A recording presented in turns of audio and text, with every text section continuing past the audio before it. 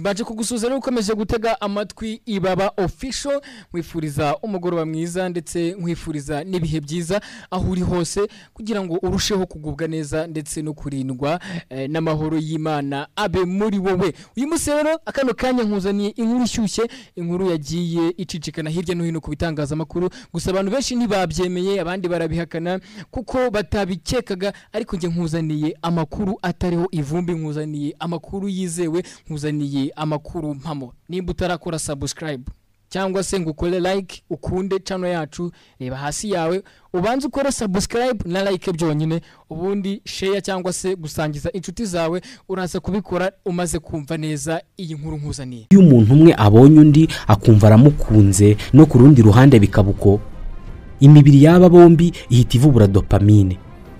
Niyo mpamvu umuntu wakunze undi hari ubwo buri gihe yumva ashaka kumubona, kuko uko amutekereje ubwonko buvubura wa musemburo w'ibyishimo n'akamenyero, maze akamushaka nk'uko umunywa atabarishaka.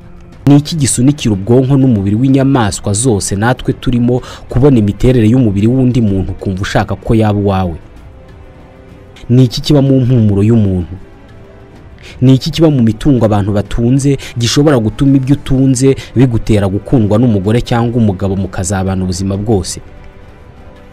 Ni izihe mbaraga ubwonko bw'umuntu bufite zikurura ibyitwa jalousie sexuelle cyangwa se gufuha hagati y'abemeranijwe kubana no gukundana bishingiye ku bitsina?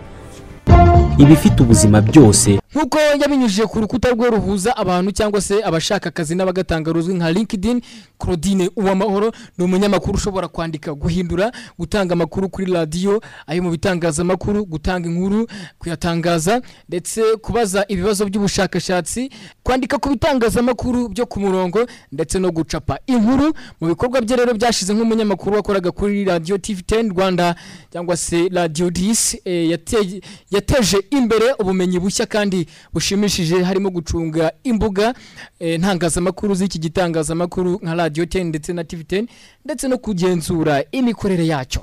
Muri izo shingano Uwamahoro Claudine yakoze zose, yarashinzwe gukomeza umubano mwiza n'abantu bava mu mico itandukanye kugira ngo agere ku ntego dusangiye no guteza imbere umubano mushya kandi ushimishije, by'umwihariko mu mwuga w'itangaza makuru.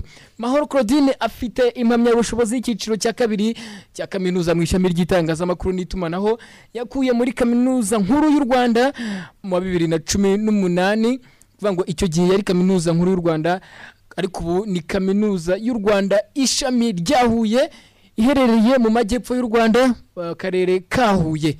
Ni ukuvuga ngo rero yarangije amashuri ya kaminuza mu mwaka 2018, asoza afite bachelor degree mu ishami ry'itangazamakuru n'itumanaho.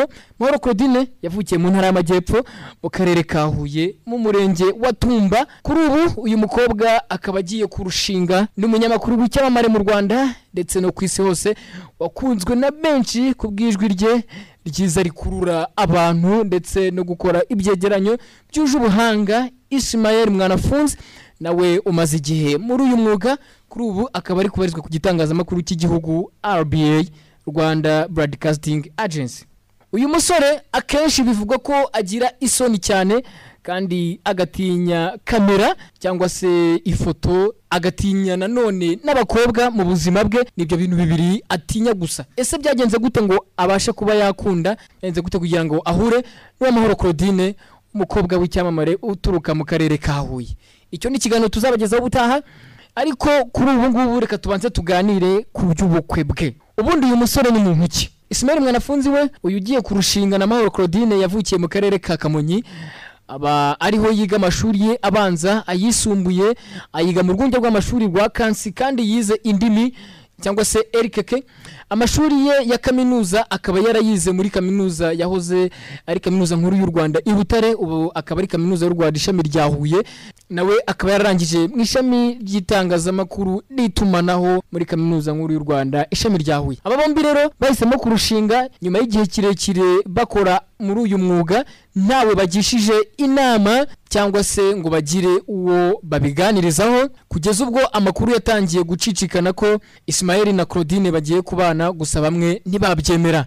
Gusa amakuru yizewe nkuzaniye kandi yatangajwe na kimwe mu binyamakuru bikomeye mu Rwanda Igihe, avuga ko Ismael Mwanafunzi yamaze gufata irembo hakaba hatahiwe umunsi w'ibirori by'ubukwe bw'aba bombi. Ku butumire bugenewe inshuti n'abo mu miryango ya Ismael Mwanafunzi ndetse n'amahoro dufitiye kopi, bigaragara ko ubukwe bwabo buteganijwe ku ya mbere Nyakanga 2023 ni mu kwezi kwa karindwi. Ni ubukwe byitezwe ko buzabera mu ntara y'Amajyepfo mu karere ka Huye, bukazabimburirwa n'umuhango wo gusaba no gukwa uzabera mu bustani bwa Musée Ethnographique y'Ihuye, mu gihe umuhango wo guhana isezerano ryo gushyingirwaho uteganijwe kubera muri katedrale ya Butare mbere yuko abatumiwe bazakirwa mu bustani bwa Musée Ethnographique ya Huye. Mahoro Claudine ugiye kurushinga na Ismael Mwanafunzi ni umunyamakuru bimazemo igihe, akaba yaramenyekanye mu binyamakuru bitandukanye nka TV Isango Star.